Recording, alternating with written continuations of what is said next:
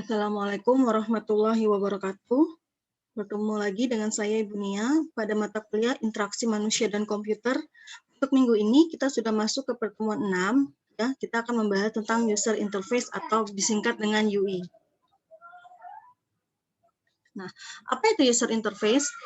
User interface adalah tampilan visual sebuah produk yang menjembatani sistem dengan pengguna atau user. Nah, tampilan UI ini berupa bentuk, warna, dan tulisan ya, yang kita desain semenarik mungkin.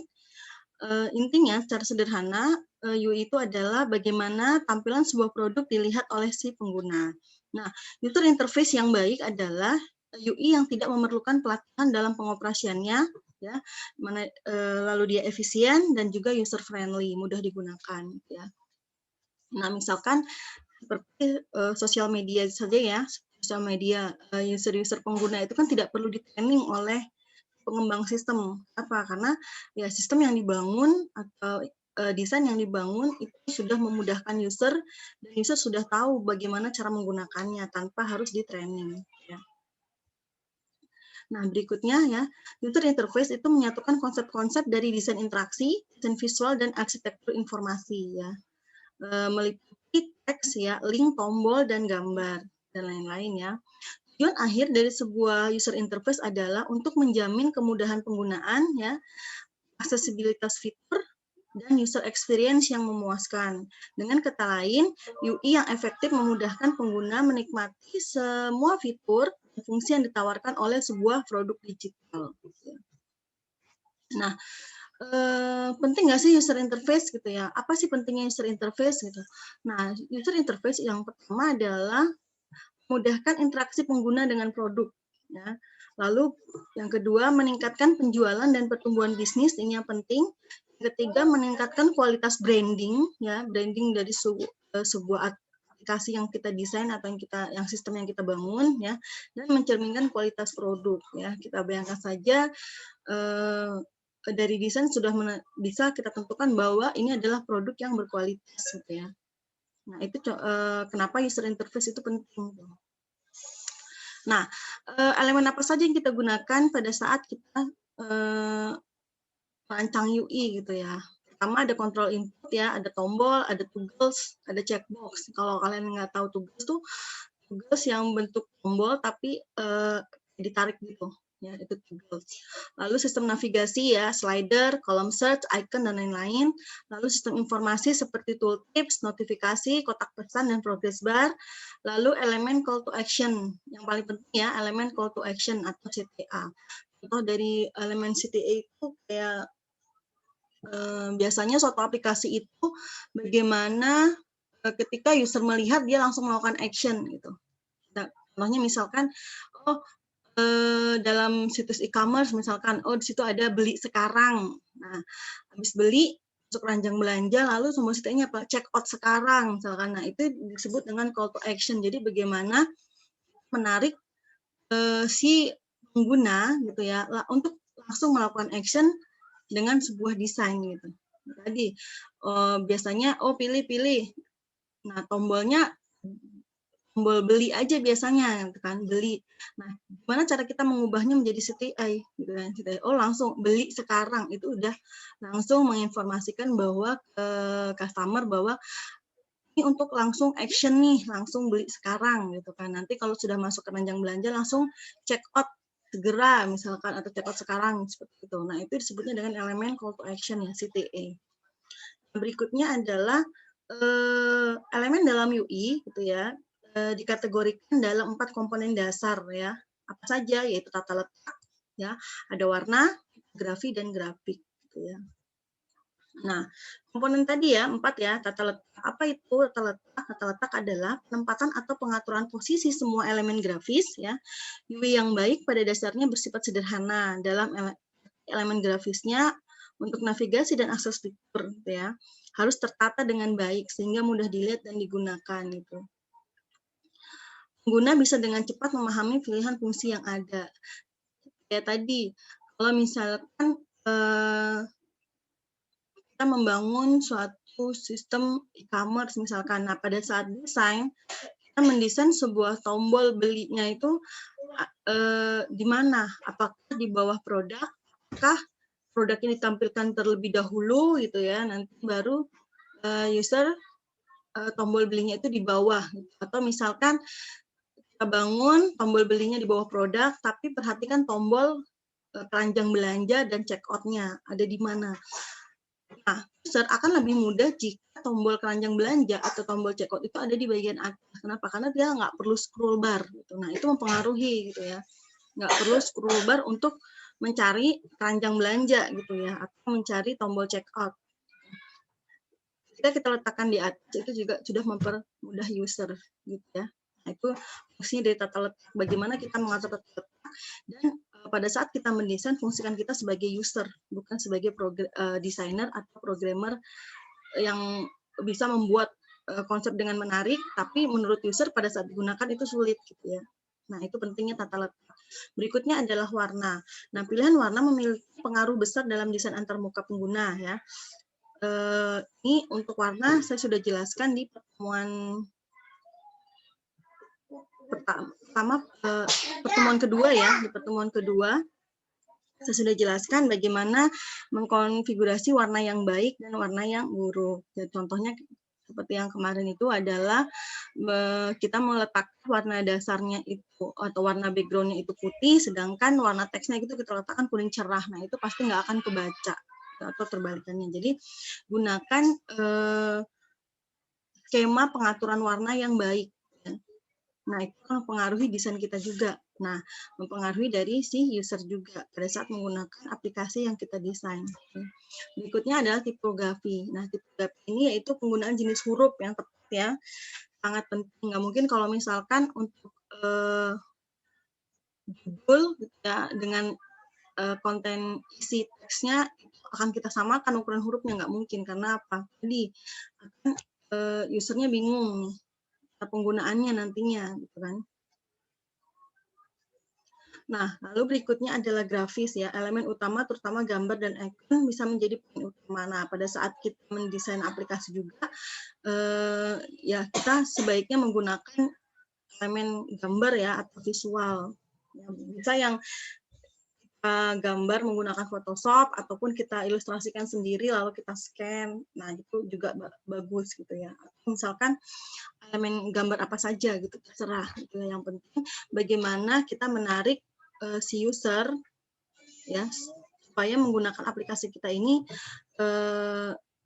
senang gitu dan mudah digunakan walaupun dengan penggunaan gambar dan teks yang minim gitu ya.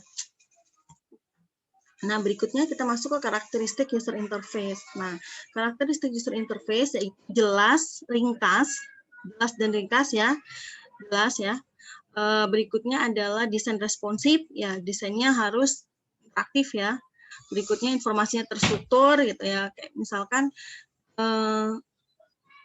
ya tadi e-commerce misalkan nggak mungkin kita lihat check out dulu baru lihat barang, atau misalkan lihat barang dulu baru kita login baru check out gitu kan, atau misalkan untuk lihat keranjang belanja kita harus masuk kemana dulu. Nah, itu kan tidak terstruktur jadinya. Jadi bagaimana caranya bahwa informasi yang kita desain di user interface kita itu terstruktur.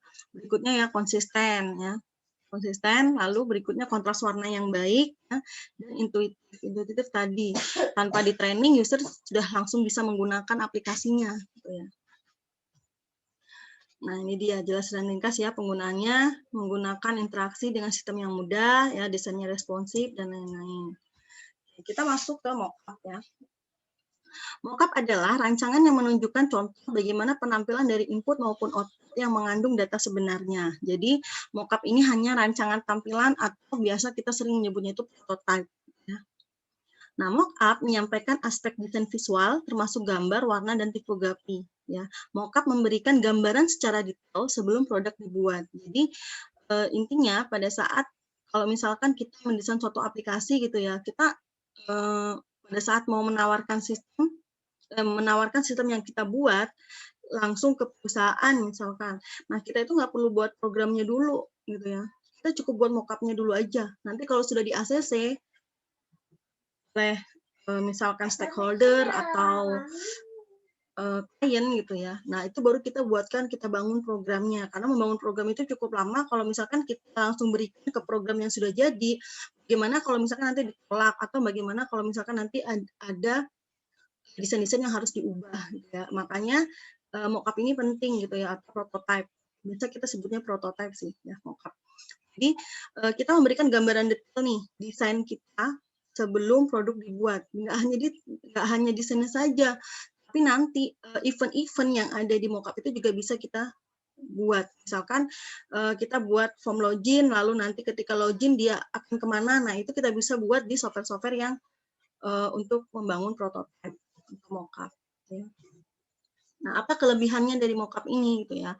Yaitu pertama mengorganisir detail dari proyek ya, menemukan error, menerjemahkan ide ke dalam bahasa yang dapat dimengerti stakeholder.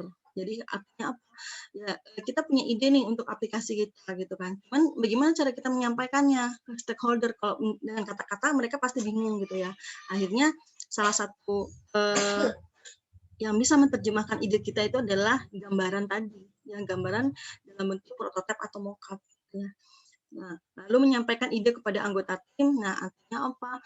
Jadi mockup ini sebenarnya bisa dibangun secara bersama-sama dengan tim gitu ya. Lalu implementasi desain, ya desain yang kita buat kita implementasikan, lalu kita lihat perspektif usernya gitu ya. Jadi setelah kita bangun, kita coba nih, kita running prototipe kita, apakah sudah sesuai dengan perspektif usernya tadi. Gitu ya. Nah, ada banyak dari mockup ya atau prototype. Yang pertama ini mockup plus. Nah, alat syarat dan lepas sederhana untuk membuat prototipe ya, interaktif, aplikasi desktop, seluler, dan web dengan cara lebih cepat. Nah, ini fitur utamanya interaktif, komponennya pada desain, menguji pada perangkat nyata, dan beberapa opsi ekspor. Nah, ini contoh tool mockup. Sebenarnya tool mockup ini banyak dan semuanya hampir sama ya cara penggunaannya ya. Fluid ya, membantu Anda membuat prototipe web dan seluler ya. Membuatnya mudah untuk berkomunikasi, tampilan, rasa interaktivitas, dan animasi. Ya. Fitur utamanya dia punya library bawaan ya untuk Android, iOS, web, dan desktop. Jadi dia punya library. Kita tinggal pilih, misalkan kita mau bangun Android, misalkan kita mau tampilannya ada di tampilan yang kita bangun ini, misalkan Galaxy S berapa, atau misalkan iPad Pro atau iPhone dan lain sebagainya. Nah itu bisa kita buat di Fluid ya. Bahkan interaksi dan animasi ya, kolaborasi tim dan proyek ekspor.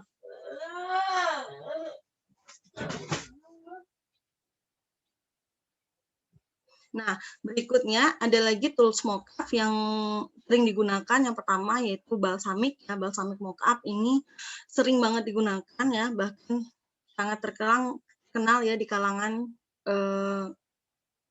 user designer ya, user interface, UI designer. Berikutnya ada Just in Mind ya. Nanti saya akan contohkan untuk aplikasi mockupnya Just in Mind ya teman-teman ya. Nanti supaya kalian tahu gambaran nih bagaimana penggunaan prototype atau software mockupnya atau prototype-nya. Ada Mockingbird atau mungkin yang sering berkenalan dengan Figma, mungkin ada yang sudah sering pakai ya, ada Mockup Builder dan lain-lain. Nah, berikutnya ini adalah contoh mockup. Nah, ini contoh mockup pemesanan tiket kereta api. Nah, ini halaman loginnya, halaman home-nya, halaman home dan halaman untuk pencarian tiketnya di sini. Stasiun asal. Nah, ini mockup ini dibangun menggunakan Balsamiq ya, teman-teman. Pemesanan tiket ini menggunakan Balsamiq. Nah, berikutnya ini misalkan tadi ya, setelah kita stasiun awal, stasiun tujuan, berangkat. Nah, ini kan pada saat dicari tiket ditampilkan nih. Tampilkan tiket yang dicari. Pada saat kita tombol pesan gitu ya. Nah, dia akan masuk ke aplikasi info perjalanan, ya, detail penumpangnya siapa saja, detail pesanannya apa saja masuk. Ketika diklik simpan dan lanjutkan, langsung ada ke bukti pemesanan tiket gitu ya. Nah, ini contoh dari mockupnya, dari teman-temannya. Nah, nanti kalian akan untuk tugas pertemuan 6-nya ya, pertama, kalian akan merancang rancangan user interface dari program dengan menggunakan aplikasi mockup yang kalian kuasai ya. Ini bebas ya. Menggunakan aplikasi apa saja bebas. Yang penting ya, ada kaidahnya ya. Kalian harus mengikuti kaidah user interface yang baik dan buat aplikasi yang memiliki nilai manfaat untuk masyarakat ya. Contohnya misalkan Gojek, ya Sayurbox, misalkan e-charity kita bisa itu e-charity ya. Jadi kayak menghimpun sedekah online, nah itu bisa. Nah itu artinya atau misalkan sistem informasi warga misalkan, nah nanti di situ ada jadwal ronda misalkan atau jadwal pengajian, jadwal imunisasi atau dan posyandu dan lain-lain seperti itu teman-teman ya. Nah ini nanti tugasnya ya teman-teman. Nah berikutnya saya akan coba untuk mempraktekkan ini ya. Mockupnya. Nah, kebetulan di sini saya sudah install nih untuk Just in Mind. Ya, saya sudah punya Just in Mind mockup. Nah, itu tadi kalau kalian mau download di sini ya, justinmind.com. Ya. Tapi bebas sih, nggak mesti menggunakan Just in Mind ya. Boleh juga menggunakan Figma, boleh menggunakan Balsamiq atau tadi Float ya, atau Mockingbird dan lain-lain. Bebas apa saja. Atau kalau misalkan ada yang pernah pakai Framer, boleh pakai Framer nggak apa-apa gitu. Bebas apa saja.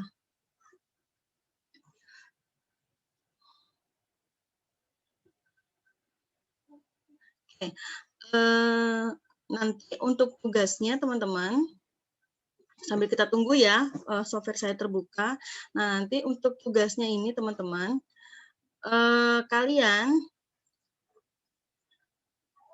saya berikan waktu 2 minggu cukup ya, 2 minggu untuk mendesain UI-nya, user interface-nya.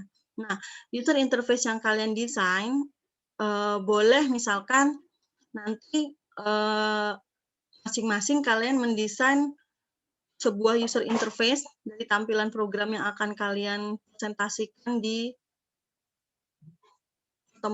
tugas jelang UAS boleh ya. Masing-masing buat. Nah, nanti pada saat kalian presentasi tugas, nah itu kalian rembukan ya.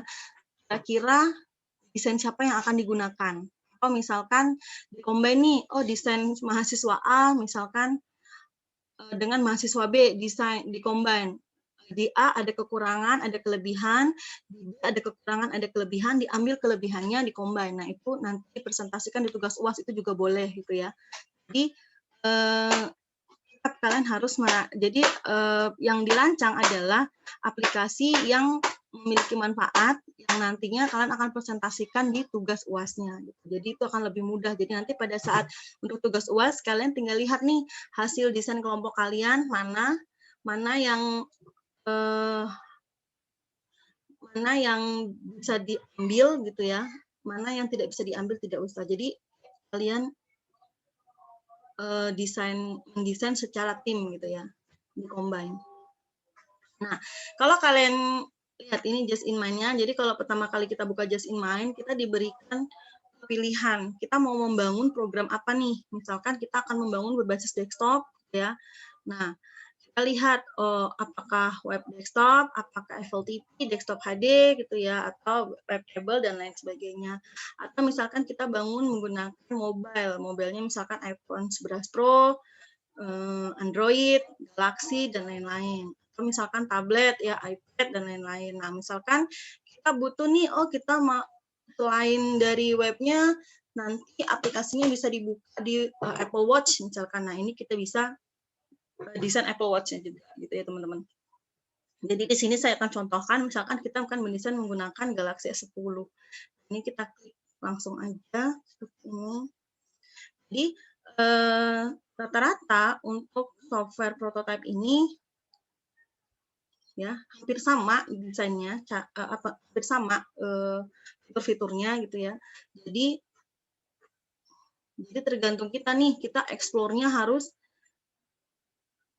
pinter-pinter explore supaya apa kita dapatkan apa yang kita mau gitu pada saat mendesain. Jadi desain kita itu maksimal dari segi penggunaan warna, dari segi fitur-fitur yang tersedia, apakah dia menggunakan Android, ya, kayak fitur-fitur keranjang belanja itu kan kalau di Android, di web itu kan nggak ada, kita harus desain sendiri gitu. Tapi kalau di Android ini bisa ada gitu ya.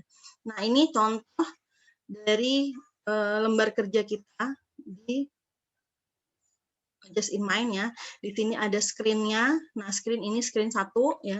Jadi di sini ada property dan layer, lalu di sini ada widget-nya. Nah, widget-nya ini ada basic-nya yang kayak biasa, paragraf, image, tombol gitu ya. Nanti ada line, ada form input misalkan. Lalu ada date, atau misalkan di sini kalian bisa Android komponen yang misalkan nggak ada di Android komponen. Nah, ini ada Android icon gitu ya. Nah, misalkan nih kita lihat, nah ini adanya hanya di Android kayak card. Nah, ini kan adanya di Android gitu ya. Kayak misalkan button Android. Nah, ini button-button ini kan kayak ini toggle nih. Nah, ini tuh adanya di Android aja nih toggle. Toggle on, toggle off gitu ya. Tombol-tombolnya ini adanya hanya di Android. Kalau kita mau masukkan ke sini juga boleh, teman. Nah, ini kita saya contohkan, misalkan saya zoom dulu ya. Nah, misalkan saya akan membuat form login ya, teman-teman. Nanti bagaimana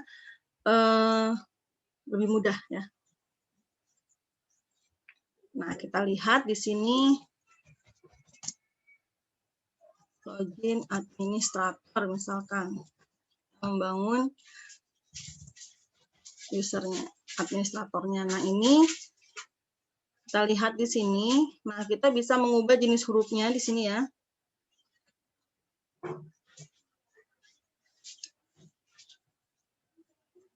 Nah, misalkan saya akan ubah ke Broadway dengan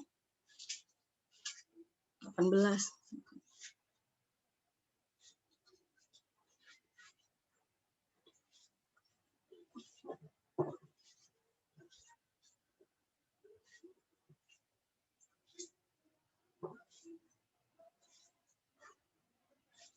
Nah, misalkan seperti ini ya. Lalu kita punya username,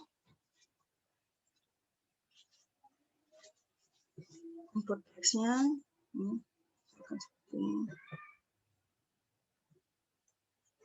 kita punya password,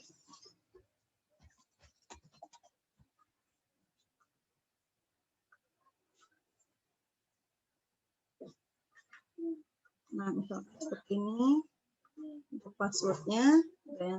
Nah pastikan kita punya tombol ya teman-teman ya, nggak mungkin nggak punya tombol. Nah misalkan di sini ada tombol untuk login. Nah ada lagi tombol untuk cancel misalkan. Nah, satu lagi misalkan di sini sign up.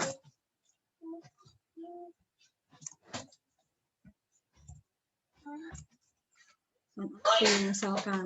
Nah, misalkan kita buat nanti ketika ini dijalankan, misalkan ya login administratornya kita jalankan, lalu kita pada saat klik login gitu ya, kita akan masuk ke halaman home gitu ya misalkan.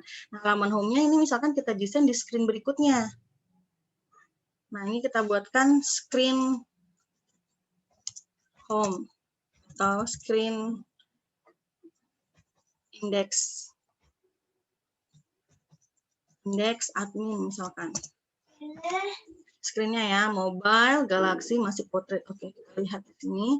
Masuk screen index admin. Nah, ini misalkan kita masukkan, ini adalah index admin, misalkan nih. Nah, ini kan berarti screen index adminnya ya. Nanti kita akan desain lagi gitu ya. Kalian desain lagi screen index adminnya. Nah, kita kembali lagi ke screen satunya di sini. Nah, pada saat login berarti kita berikan event di sini. Atau bisa juga langsung navigate to. Nah, jadi kalau pada saat ini diklik ya, navigasi ke screen berapa? Oh, ke sini. Gitu ya. Transition efeknya bisa dibuatkan misalkan seperti ini. Oke. Nah, ini jadi artinya di sini Nah, artinya di sini Jadi pada saat nanti kita jalankan, pada saat kita create login, kalau oke gitu ya, masuk ke indeks admin gitu ya. Nah, ini kita jalankan, kita running. Nah, di sini ada simulate prototype ya. Ini ada simulate prototype, ini kita bisa jalankan.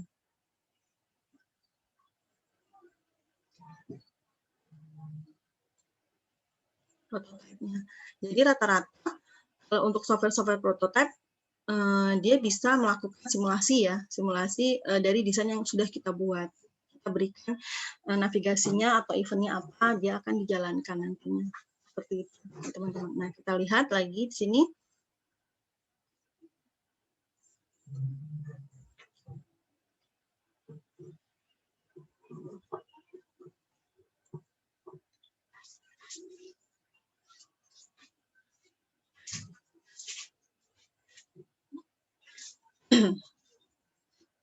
Nah, kan di sini. Nah, ini prototipe yang kita desain tadi bisa dijalankan di web. Nah, jadi langsung untuk simulasinya dia langsung ke browser seperti ini. Dia akan menjalankan simulasinya. Misalkan kita isi di sini username-nya, password-nya apa. Jadi kalau kita klik login, kita akan langsung ke halaman berikutnya seperti itu. Nah, ini contoh dari desain prototipenya. Nah, saya rasa sudah bisa dipahami ya teman-teman ya. Nah, kalau sudah, nanti kalian silahkan kerjakan tugasnya ya. Ini saya berikan waktu 2 minggu cukup ya, untuk desain user interface-nya. Boleh bebas apakah kalian mendesain berbasis mobile tadi web ataukah berbasis desktop ataukah berbasis web service atau web internet ya. Jadi untuk waktunya 2 minggu ya, perhatikan lagi harus mengikuti kaidah user interface yang baik dan aplikasi yang dibuat idenya harus memiliki nilai manfaat untuk masyarakat. Oke, kalau sudah cukup sekian ya untuk materi kita hari ini. Saya tutup. Assalamualaikum warahmatullahi wabarakatuh.